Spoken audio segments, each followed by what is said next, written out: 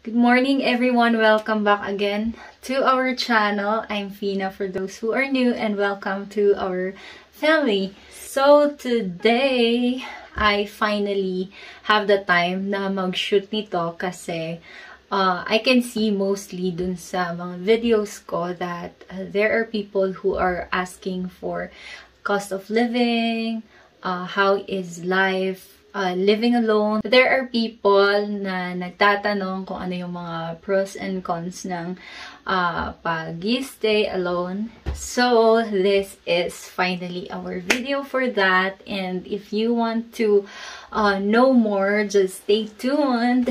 First of all, I am really a private person. Nasa YouTube tayo pero my personality is really like locked talaga siya. Parang I open up only to those people who are close to me. But ngayon, try kong sagutin yung mga tanong natin. So, ayan. Let's start with costing. Kasi dun naman talaga yung pinaka-concern natin. Especially those who want to settle dito sa Baguio. And sa mga nagbabalak talaga na mag-for good dito. So, ang first na sasabihin ko is, depende po sa way ng ating way of our living. Kasi, iba-iba naman tayo ng mga priority and iba-iba din yung kung ano yung gusto natin. So, i-share ko lang kung ano yung mga costing ko. Parang ganun. So, let's break it down. Kasi sa akin, ang pinaka-importante. So, depende sa inyo kung ano yung pinaka-importante sa inyo. So far, mas malayo talaga yung cost of living sa Manila and dito sa Baguio. Kasi, sa Manila pa lang, parang paglabas mo pa lang talagang malaki na yung magagastos mo. Dito, pwede ka pa ding maglakad-lakad dyan. Pero, yun nga, meron ka pa ding expenses na malalabas. So, let's start. Sa akin, malaki yung portion ng food. One thing, the reason, wala akong ref, so hindi ako makakastore. So, parang yung bibilhin ko talaga na kakainin ko. Syempre, hindi mo naman pwedeng parang 1/4 ng karne, ganun. Kainin mo lahat ngayon. Comparing kapag may ref ka, pwede mo siyang ma-budget or matingi-tingi yon. So, for me, I allot usually parang 5K for food. Minsan, nag-exceed siya. Depende pag kumakain ako sa labas or yung binibili ko is may karne, ganun. Kasi yun lang naman talaga medyo mahal ngayon yung karne. So far sa gulay kasi dito, medyo mababa siya comparing kapag nasa Manila kayo or other places. Kasi nga dito is source talaga ng mga gulay. So yun naman ang kagandahan dito sa amin. As to other na food, depende na lang sa choice nyo yun. Kasi kapag madelata naman kayo or mga instant na food, syempre, mas makakamura kayo. Kasi yun lang yung kakainin mo. Comparing kapag maggugulay ka, magdadagdag ka ng mga bawang, sibuyas, or other na mga condiments. So, yun for the food. It's very critical sa akin na I need to take care of the food kasi yung health natin, especially na kailangan nating i-boost yung immune system natin and yun naman talaga ang priority as of the moment kasi mahirap nang magkasakit, especially sa kalagayan ng mga hospitals ngayon. So, let's move on sa mga utilities. Of course, essential na ngayon ang internet, 'di ba? Kasi more on digital world na tayo ngayon. And kapag work from home ka, talagang internet is a must and our best friend. So, sa internet, dati nung gumagamit ako ng prepaid home na wifi, ang gastos ko lang talaga is 1,000. Depende, kung gusto nyong tipirin, pwede naman yung 200 per week. Ayun. Kasi yung signal dito sa amin medyo mahirap siya and mabagal. Pero so far naman, nung nagpa-connect kami sa Converge, medyo naman siya, working siya. And may ka-share kasi ako. So, bale, yung promo nila dito sa amin is around 1.6 yung starting. Pero kung gusto nyo pa ng mas mataas na speed, mag-upgrade kayo. I mean, hindi 700, 800 pala. Kasi, parang dalawa kaming nag-share. So, yun, medyo mas makakatipid ka kapag ganun. Pero kapag gusto mong solo lang, 1.6 po, pwede na yun. And, I think depende sa preference nyo kung anong gusto nyo na internet, ganun. Pero, yun yung pinaka-ano dito. Na kahit uulan, okay pa naman. Medyo babagal siya, pero okay pa naman siya. And, let's go to our, water. Dati, may mga area kasi dito sa Baguio din, na delivery siya. And medyo mas mahal kapag delivery. Depende kung gaano yung pag-consume nyo ng tubig. Kasi sa akin, ko lang naman, ang nako-consume ko dito is for washing ng plate, damit, and yung sa CR. Yun lang naman talaga. And naglalaba ako once in a week or every parang 2 weeks na labada. Tamad girl. Kasi nasasayangan ako kapag parang konti pa lang siya then maglalaba ka. So, ang ginagawa ko, parang naiipon siya para minsanan na. And mas nakakatipid ata ng tubig kapag ganon. And yung bill namin sa tubig, nung nagpa-connect kami, iba yung delivery ha. Tapos dun sa connection talaga sa water district. Hindi ko sure sa mga paupahan kung ano yung nila, kung ano yung setup nila. Pero sa amin, parang shared din. Kasi hindi pa na aayos yung mga meters namin dito. Kaya itong buong building, isa lang yung bill niya. So, yung bill for the water is less than 300 naman siya. So, depende siguro sa fluctuation ng paggamit nyo, kung ilan yung tao sa household, ayun. So, medyo mababa sa tubig and I'm really happy kasi tubig is really important, diba?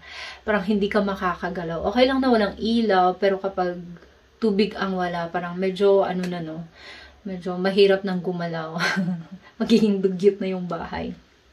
Ayan. So, next is yung sa electricity.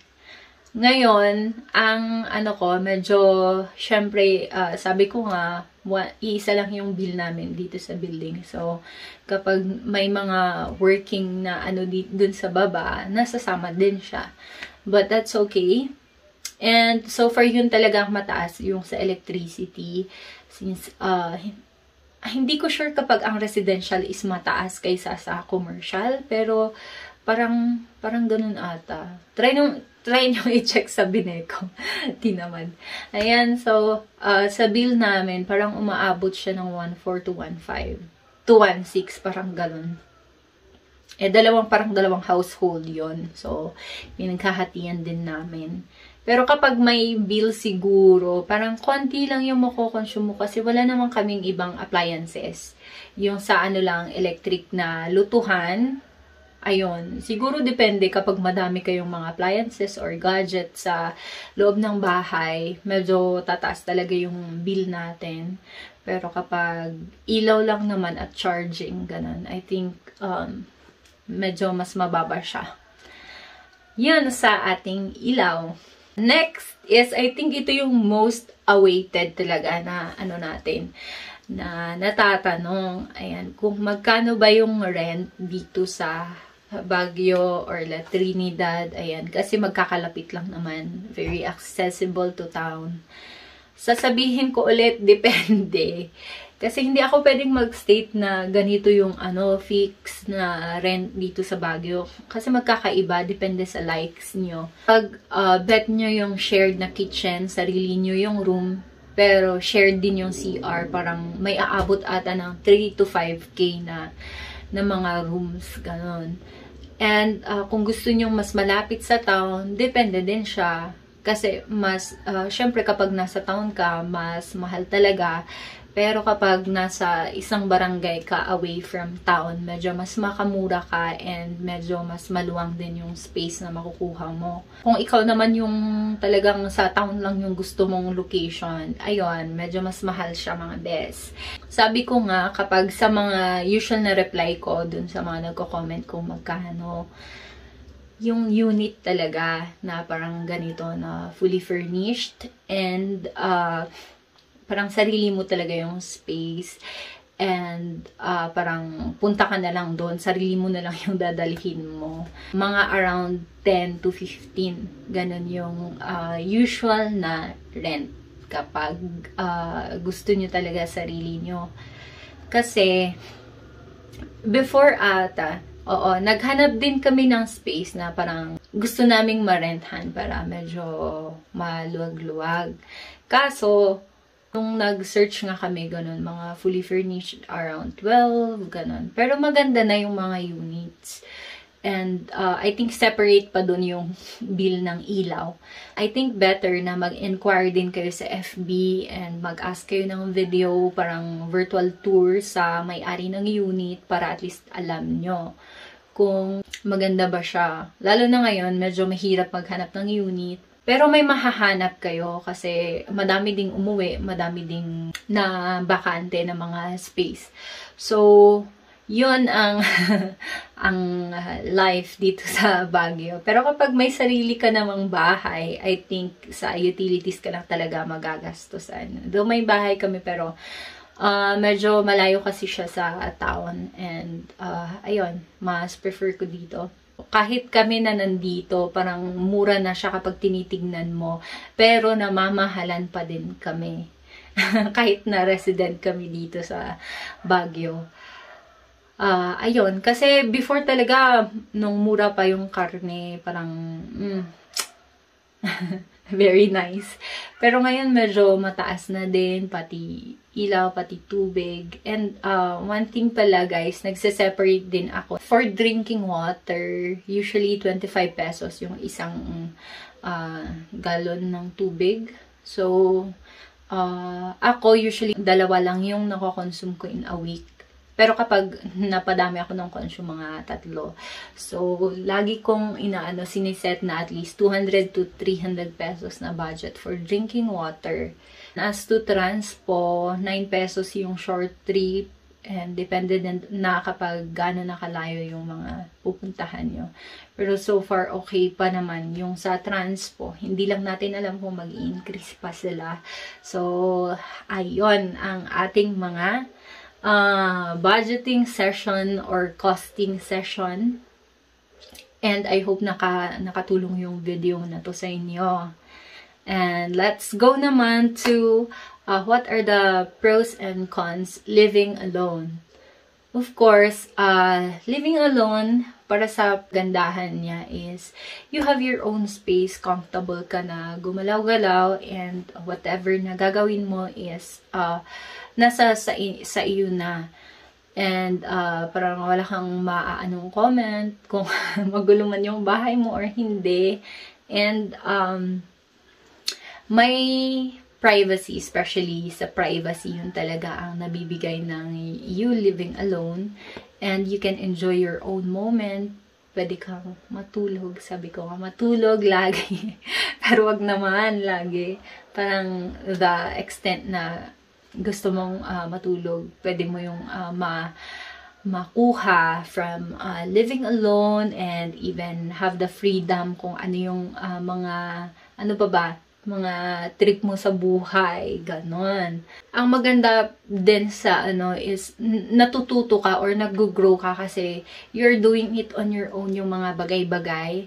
Parang every day has a lesson na matututunan mo kapag nag-stay ka on your own. Kasi baka kapag nasa bahay ka lang, ipapalabang mo pa sa nanay mo yung mga damit mo.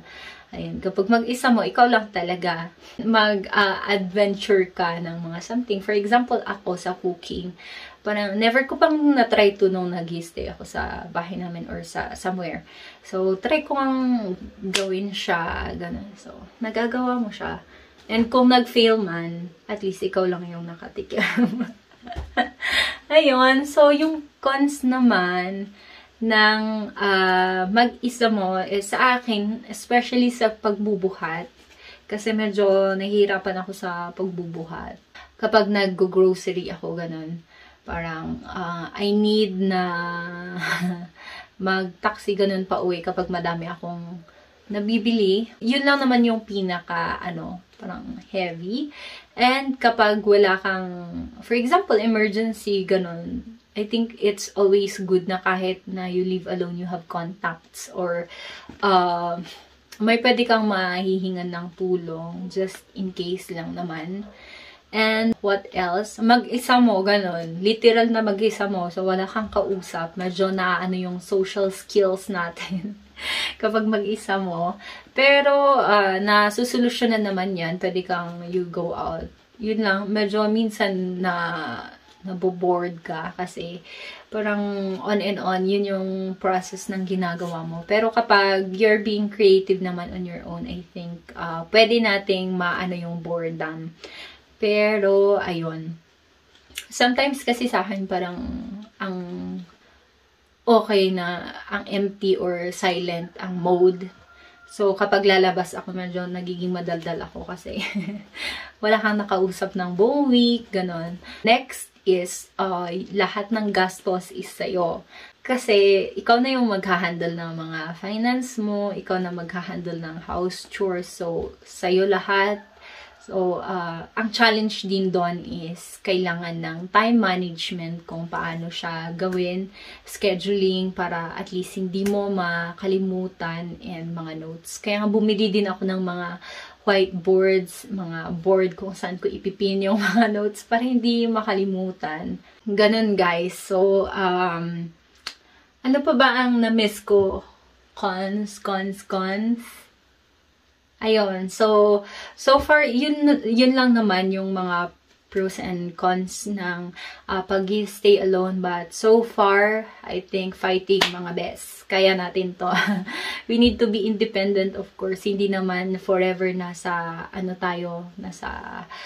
puder tayo ng mga parents natin. Of course, we need also to have our own way of living, and kapag prepare na tayo for settling with our own family, at least na-train ka na sa pagli-living alone mo.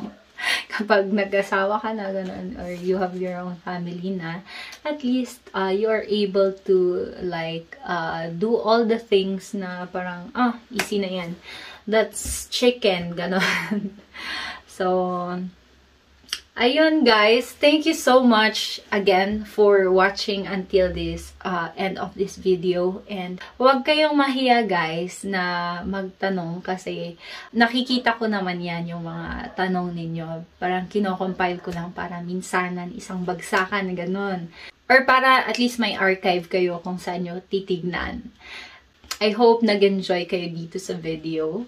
Kasi, parang, feeling ko nabuboard kayo kapag may mga sitting video tayo. Pero yun nga, gusto ko lang i-clarify lahat para at least sa mga viewers natin, they will know yung mga kailangan nilang i-prepare and kailangan nilang i-budget ganun kapag nagbabalak silang pumunta dito.